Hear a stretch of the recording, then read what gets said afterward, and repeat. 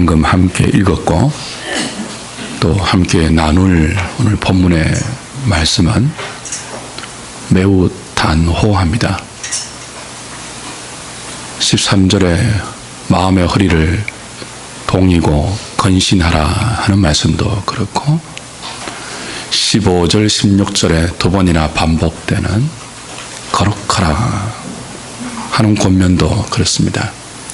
특별히 17절에 너희가 나그네로 있을 때를 두려움으로 지내라 하는 말은 더욱 단호하죠. 베드로 전서가 고난 중에 있는 성도들을 위로하기 위해서 쓰여진 편지라는 것을 감안하면 이런 단호한 분위기는 조금 의외입니다. 위로라고 하시면 주로 연상되는 분위기가 단호함보다는 따뜻함, 또 격려, 공감 이런 분위기 아닙니까? 전혀 그렇지 않거든요. 근데 베드로가 고난 중에 있는 성도들을 위로로 붙들어 주기 위해서 이렇게 단호함을 동원하는 이유가 있습니다. 사랑하는 성도들이 고난을 겪고 있어요. 집을 빼앗기고 직장을 잃고 흩어져 나그네처럼 살고 있습니다. 주변에 있는 이방인들에게 비방을 듣고 있고 욕을 먹고 있습니다. 어떤 형제는 옥에 갇히기도 하고요. 심지어 어떤 지체는 죽음을 당하기도 합니다. 그것을 보면서 신앙이 약해지는 사람이 있고 심지어 배교의 유혹 앞에 마음이 흔들리는 지체들도 생깁니다. 문제는 이런 어려움이, 고난이 잠깐이 아니라는 것입니다. 6절에 잠깐이라는 말씀이 나왔지만 그건 종말론적인 시각에서 표현하는 단어이고 현실은 이 어려움이 언제 끝날지 모르는 것입니다. 이런 형편에서 언제 끝날지 모르는 고난을 겪고 있는 사랑하는 성도들에게 막연하게 조금만 참으면 모든 것이 잘 될 것입니다 라는 식의 위로는 위로가 아니죠. 그것은 희망 고문에 가깝습니다. 참된 위로는 두루뭉술한 공감이나 그리고 막연한 희망을 심어주는 것이 아니죠. 바른 위로는 반짝거리는 심리적인 위안이 아닙니다. 참된 위로는 현실을 직시하게 만듭니다. 그리고 그 속에서 고난이 가지는 의미를 하나님의 말씀으로 해석해 줄 때 하늘로부터 위로가 허락되는 것이죠. 지금 베드로가 그의 편지 전체를 통해서 하고 있는 작업이 바로 그 참된 위로입니다. 베드로는 1장 5절에서 너희는 지금 여러 가지 시험을 당하고 있다고 그들의 현실을 분명하게 직시시킵니다. 그리고 4장 12절에서도 그것이 끝이 아니다. 여러 가지 시험 다음에 불같은 시험이 또 너희들을 기다리고 있을 것이다 이야기합니다. 그리고 그 여러 가지 시험과 불같은 시험이 성도들의 인생에 미치는 의미와 영향을 말씀을 근거로 해서 해석해 주죠. 이 시험이 너희의 믿음을 금보다 더 연단시켜서 말세에 나타내기로 예비된 구원을 하나님께서 보호하시는 보호의 수단이 될 것이다. 너희들은 이 시험을 통해서 보지 못하는 주님을 즐거워하되 말할 수 없는 영광스러운 즐거움으로 기뻐하는 자리로 이끌림을 받을 것이다. 그러니 고난을 이상히 여기지 말고, 고난당할 때 낙심하지 말고, 고난이 주는 그런 어미를 믿음으로 받아들여서 온전히 기뻐하라. 우리 야고보서에서도 이미 배웠죠? 온전히 기쁘게 여기라. 사랑하는 여러분, 고난이 실패가 아니고, 고난이 한 개인의 능력 부족이나 그리고 생존 경쟁에서 도태된 결과가 아니라 성도의 구원을 보호하시는 하나님의 복된 간섭이라는 이 사도의 말이 너무 낯선 시대를 우리는 살고 있습니다. 이게 하나님 말씀인데, 성경의 진리인데 왜 이렇게 낯설죠? 고난이 하나님의 보호다. 성도의 구원이 얼마나 놀라운 것인지를 말하지 않고 예수 믿고 세상에 복 받는 것만 말하는 시대를 우리는 살고 있습니다. 그러나 구원은 그런 게 아니죠.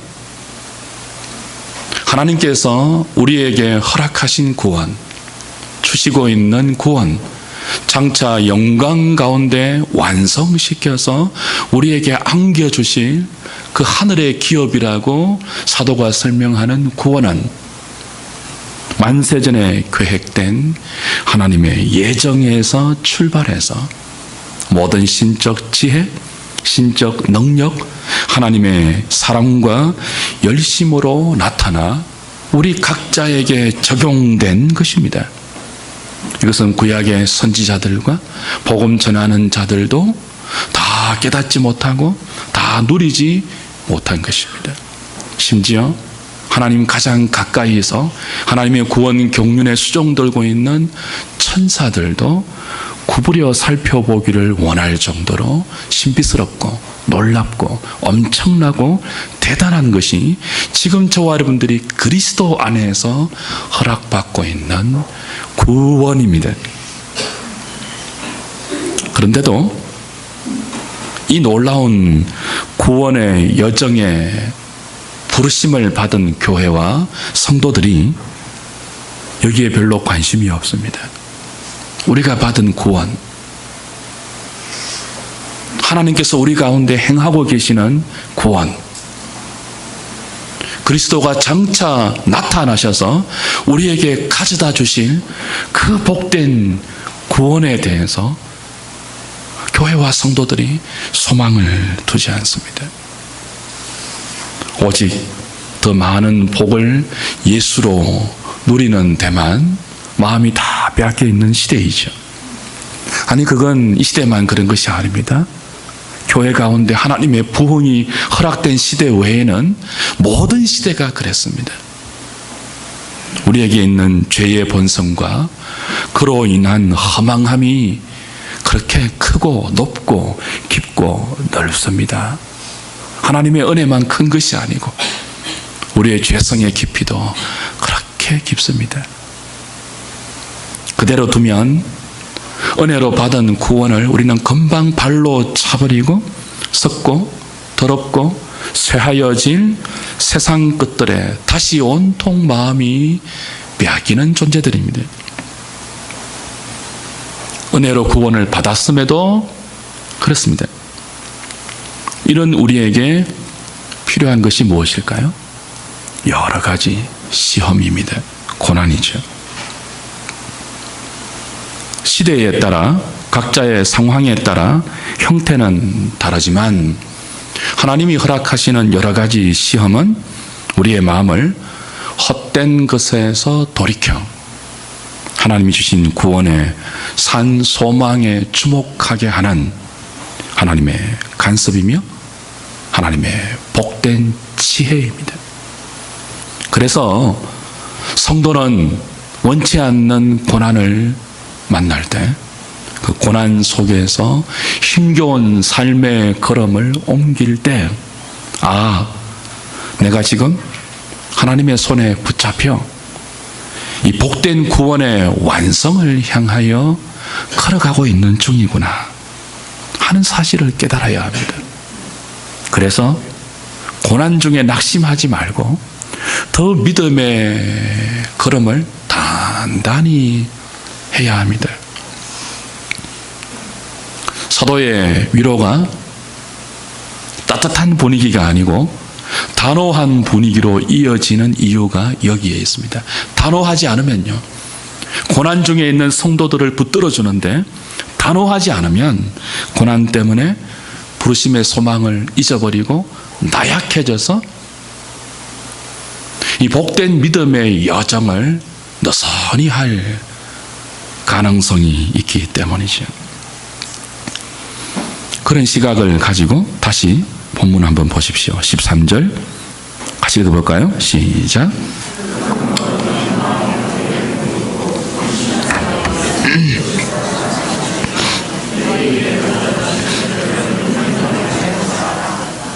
그렇죠?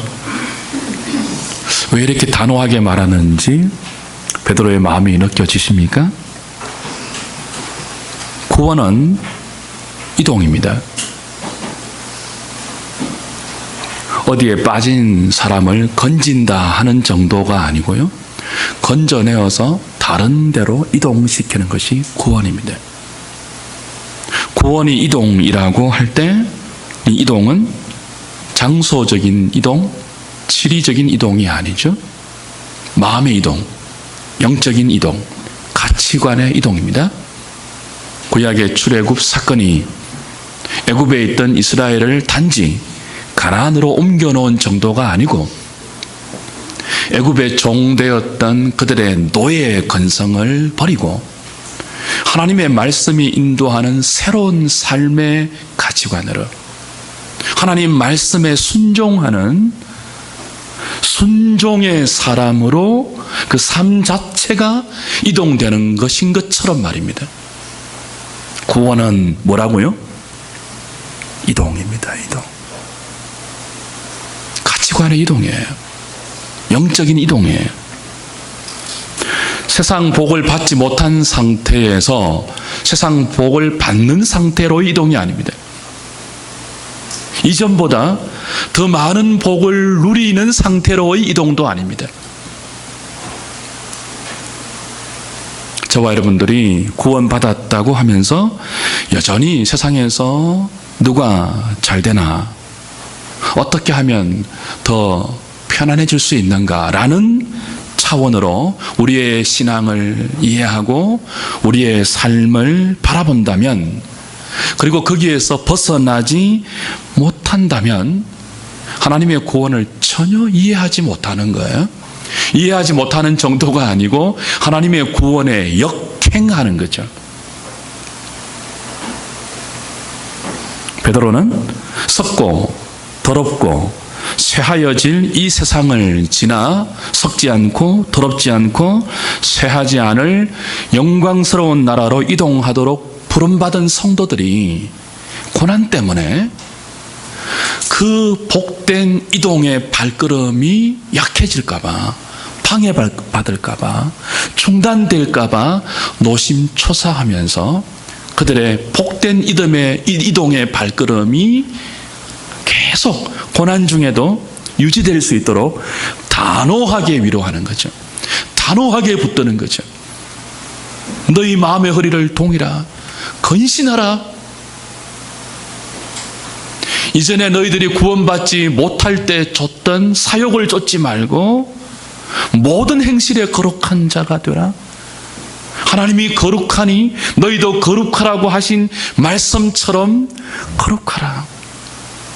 고난이 너희들을 그 거룩의 자리로 이동시키고 있는 하나님의 손길임을 수용하고 그 손길에 순종해서 이동시켜라. 단호하게 말하고 있는 거죠.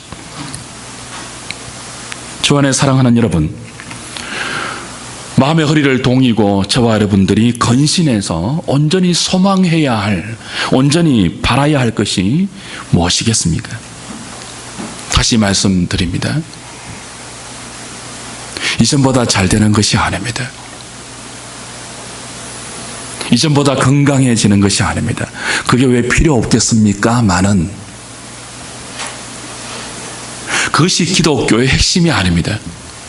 그것이 그리스도가 우리에게 주신 구원의 중요한 내용이 아닙니다.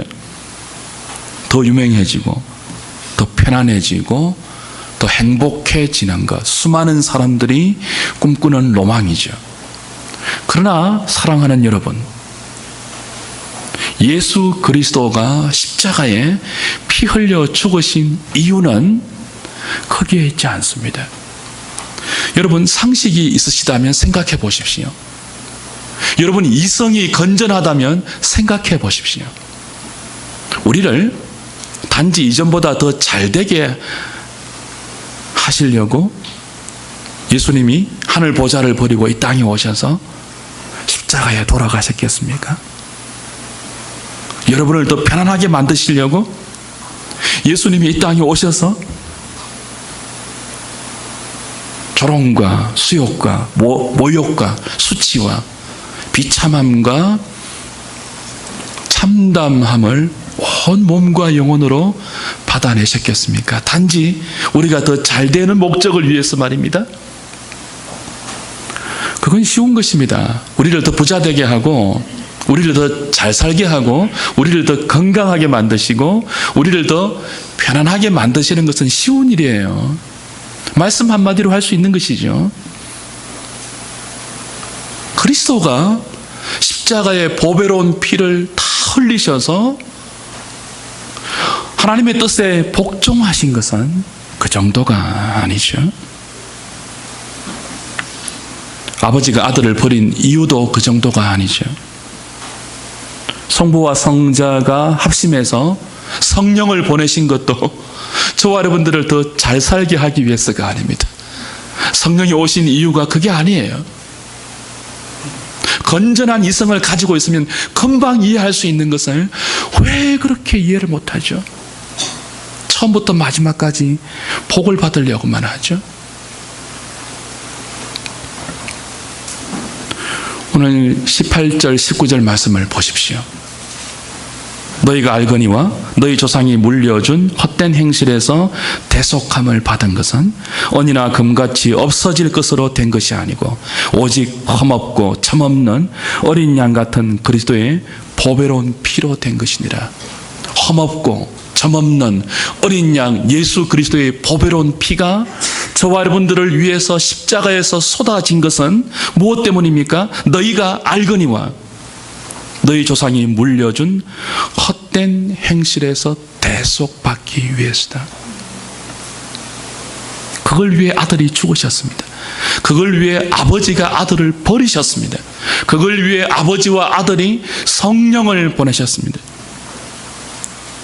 우리 조상이 물려준 헛된 행실에서 대속하기 위해서, 이 끝없는 죄의 깊이에서 우리를 건져내어 끝없는 허망함의 넓이에서 저와 여러분들을 건져내어 거룩한 삶의 자리로 이동시키기 위하여 우리가 도무지 꿈도 꾸지 않는 하나님의 거룩한 그 아들 된 자리로 저와 여러분들을 몰아넣기 위해서 아버지와 아들과 성령이 만세전에 계획하시고 그분이 동원할 수 있는 모든 지혜와 능력과 열심과 사랑을 동원해서 구원이라는 이름으로 우리의 역사 가운데, 우리의 인생 가운데 하고 있는 작업이 그것이라고요. 여러분을 더 부자로 만드는 게 아니고요. 그래서 그의 위로가 단호한 것입니다. 말랑말랑하지 않죠. 사랑하는 여러분, 우리가 예수 믿어서 얻게 된 영광이 무엇입니까? 저와 여러분들이 하나님의 독생자의 보배로운 피로 구원받아서 확보한 은혜가 무엇입니까? 우리에게 허락된 하늘에 속한 모든 신령한 복이 무엇입니까?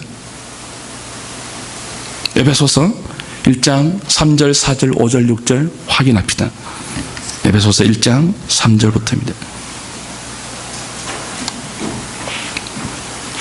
같이 읽을까요? 찬송하리로다. 하나님 곧 우리 주 예수 그리스도의 아버지께서 그리스도 안에서 하늘에 속한 모든 신령한 복을 우리에게 주시되 곧 창세전에 그리스도 안에서 우리를 택하사 우리로 사랑 안에서 그 앞에 거룩하고 험이 없게 하시려고 그 기쁘신 뜻대로 우리를 예정하사 예수 그리스도로 말미암아 자기의 아들들이 되게 하셨으니 이는 그가 사랑하시는 자 안에서 우리에게 거저 주시는 바 그의 은혜의 영광을 찬송하게 하려는 것이라. 그 앞에서 거룩하고 험이 없게 하시려고 거룩함을 위해서 만세전에 삼위 하나님께서 우리의 구원을 예정하셨습니다. 에베소서 1장 11절 12절 계속 읽죠.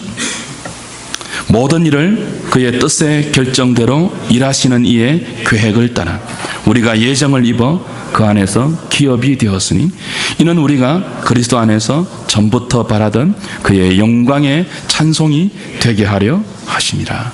그렇죠? 거룩함. 우리가 하나님의 영광의 찬송이 되는 것.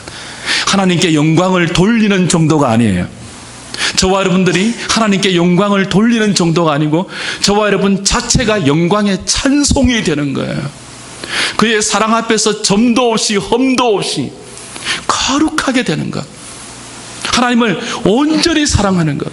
우리 마음을 다 쏟아서 죄의 방해를 받지 않고 육신의 연약함에 장애를 느끼지 않고 우리 성품과 힘과 목숨을 다하여서 하나님을 온전히 사랑할 수 있는 그 사랑의 점도 없이 험도 없이, 그래서 우리 자체가 영광의 찬송이 되는 그 자리로 부름받은 것이 그리스도 안에서 허락된 우리의 구원이라고요.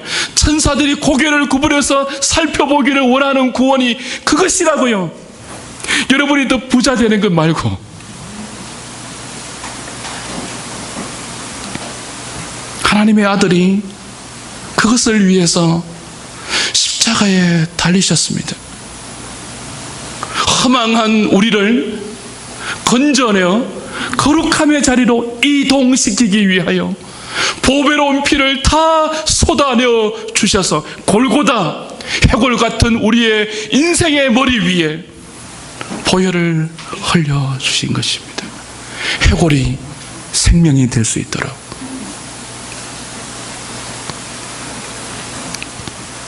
우리의 구원은 그런 것입니다. 잊지 말아야 하는데 우리가 너무 쉽게 잊고 살죠. 온전히 소망해야 하는데 우리가 너무 소망하지 않고 살죠. 이 구원을.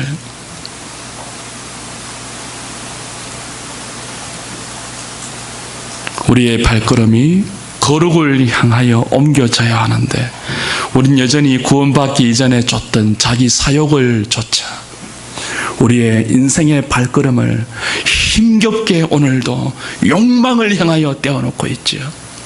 사랑하는 여러분, 왜 여러분의 삶에 고난이 필요한지 아시겠습니까? 왜 교회 공동체 가운데 여러 가지 시험이 허락되는지 이해하시겠습니까? 그리고 고난 중에 있는 성도를 왜 이렇게 단호하게 사도가 위로하시는지 아시겠습니까? 단호함이 필요한 거죠. 마음의 허리를 동이라, 근신하라. 예수 그리스도가 나타나실 때에 너희에게 가져다 주실 은혜를 온전히 바라라.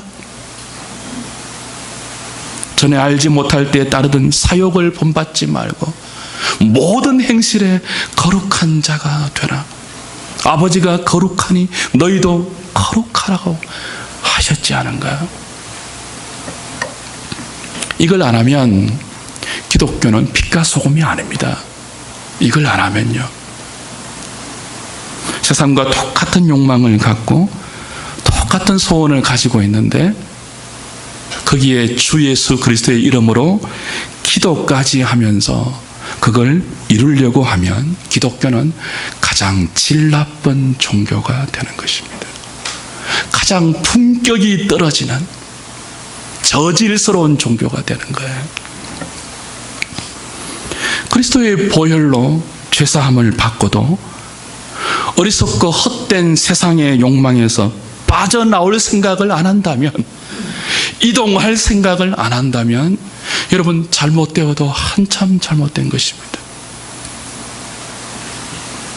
6월절 어린 양의 피로 구원을 받았다면 속히 애굽을 떠나야죠. 그래서 출애굽할 때 허리에 띠를 동이라고 하나님 명령하신 것입니다. 발에 신을 신고 손에 지팡이를 잡고 허리에 띠를 띠고 6월절 의식을 행했습니다. 6월절 어린 양의 피로 하나님의 진노에서 패스 오버 6월 되었다면, 하나님의 진노에서 구원받았다면 허리를 동이고 속히 애굽을 떠나라는 거예요. 지리적인 이동 정도가 아니죠.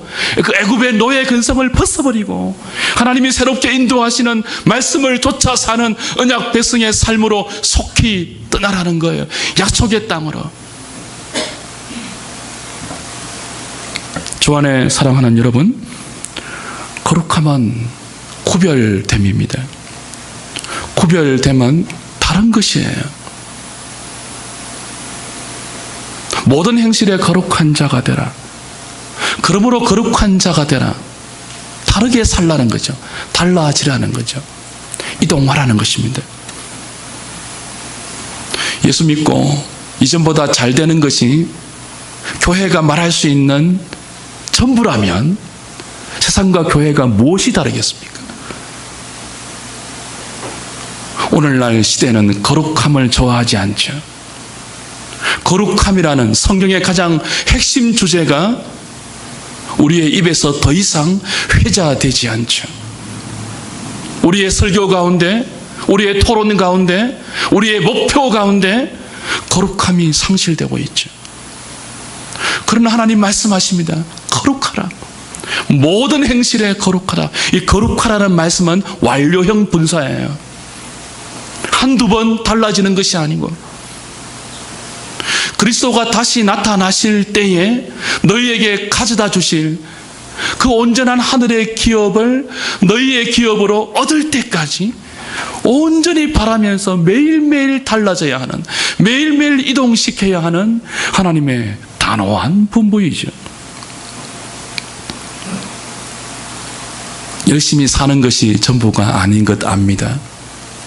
열심히 믿는 것도 전부가 아닙니다. 열심의 방향과 열심의 내용이 훨씬 중요하죠. 허리를 동이고 건신하고 정신을 차려서 우리가 온전히 바라보아야 할, 열심을 내어서 우리가 꿈꾸고 소망해야 할 내용과 방향이 어디입니까? 거룩함입니다. 거룩함. 외모로 보시지 않고 각 사람의 행위대로 심판하시는 하나님의 판단 기준이 거기에 있습니다. 거룩함. 거룩함과 화평 없이는 아무도 주를 보지 못할 것이니라. 히브리 기자의 말이죠. 하나님의 심판은 여러분이 얼마나 성공했느냐, 얼마나 유명해졌느냐, 얼마나 잘 살았느냐, 무엇을 어떻게 이루었느냐의 심판의 기준이 있지 않습니다. 외모에 있지 않습니다. 외모, 성공, 사실 우리 압니다. 그런 거 별로 중요하지 않습니다. 왜 중요하지 않겠습니까만 별로 중요하지 않습니다. 생각보다 중요하지 않습니다. 살아보시면 생각보다 중요하지 않다고요. 훨씬 중요한 게 있습니다. 뭐죠? 외모로 판단하시지 않는, 각 사람의 행위대로 심판하시는 하나님 앞에 우리의 생각이 이동되어서, 우리의 가치관이 이동되어서 말씀이 이끄는 그 이동된 생각과 가치관대로 살아내는 믿음의 삶입니다. 그것이 훨씬 중요합니다. 왜냐하면 하나님의 심판의 기준이 거기에 있기 때문입니다. 그러니 나그네로 살 동안 두려움을 가지라는 것입니다. 여러분, 통장에 현금이 들어오지 않으면 두려워하시겠죠. 허리띠를 동이시겠죠. 더 허리띠를 졸라야 할 때가 언제인 줄 아십니까? 예배 드릴 때도 은혜를 받지 못할 때입니다. 말씀을 읽는데도 여러분의 영혼이 흔들리지 않을 때입니다. 도대체 우리의 관심이 어디에 있길래? 도대체 우리의 정신이 어디에 가 있길래? 하나님의 구원을 묵상하는데도, 그리스도의 보배로운 피가 왜 흘려졌는지를 설명하고 있는데도 우리의 마음이 움직이지 않는 것입니까? 두려움으로 지내십시오. 여러분의 인생이 나그네로 허락되어 있는 그 거룩한 순례의 길이 아직 기회로 여러분에게 주어질 때 두려움을 가지고, 경건한 두려움을 가지고 여러분의 삶의 발걸음을 이동시키십시오. 거룩함으로 이동시키십시오. 모든 행실에 거룩해 주십시오. 더 많이 가지려고 다른 사람과 다투기 전에 내가 지금 다투면서까지 얻으려고 하는 그것이 무엇인지를 생각하십시오. 다투면서까지, 피 흘려서까지 여러분이 그것을 얻어서 도대체 하나님 앞에 무엇을 내놓으실지를 생각하십시오. 머리가 있어야죠.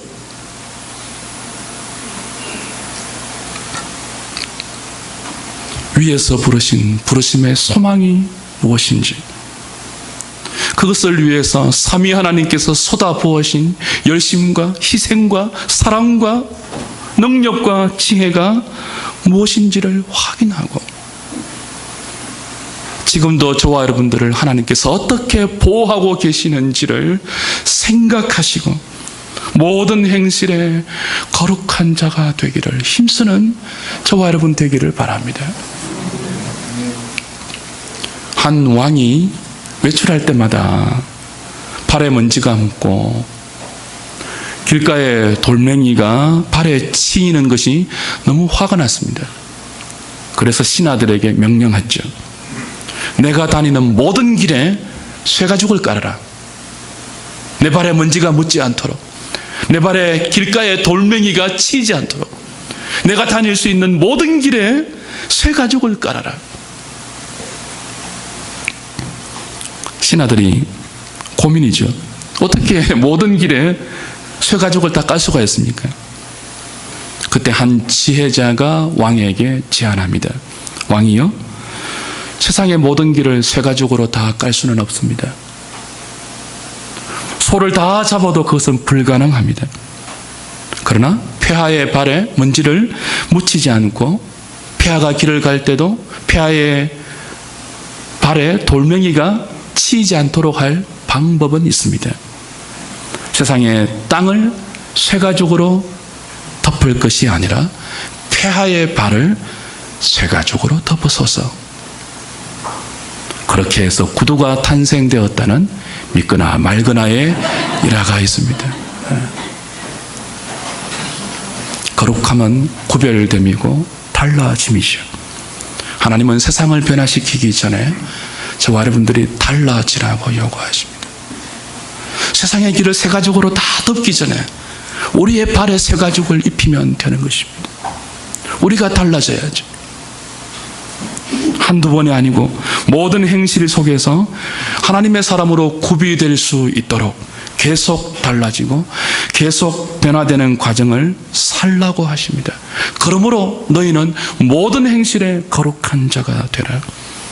그렇게 하기 위하여 구원받기 이전에 쫓았던 사욕을 따르지 말고 생명의 말씀을 따라 하나님의 뜻을 생각하고 그 생각을 펼쳐 가치관을 형성하고 그 가치관에 따라 말, 행동, 습관과 성품을 훈련하여 복종케 하라고 하십니다.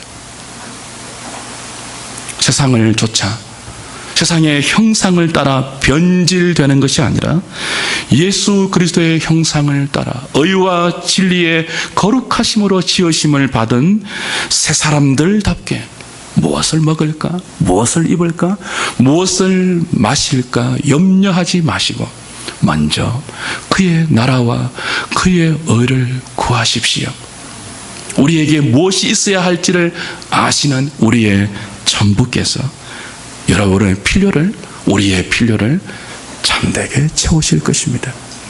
그 믿음을 가지고 고난 중에도 마음을 다독여서 허리를 동이시고 건신하셔서 모든 행실에 거룩한 자가 되기를 결심하는 저와 여러분 될 수 있기를 주의 이름으로 축복합니다. 기도하겠습니다.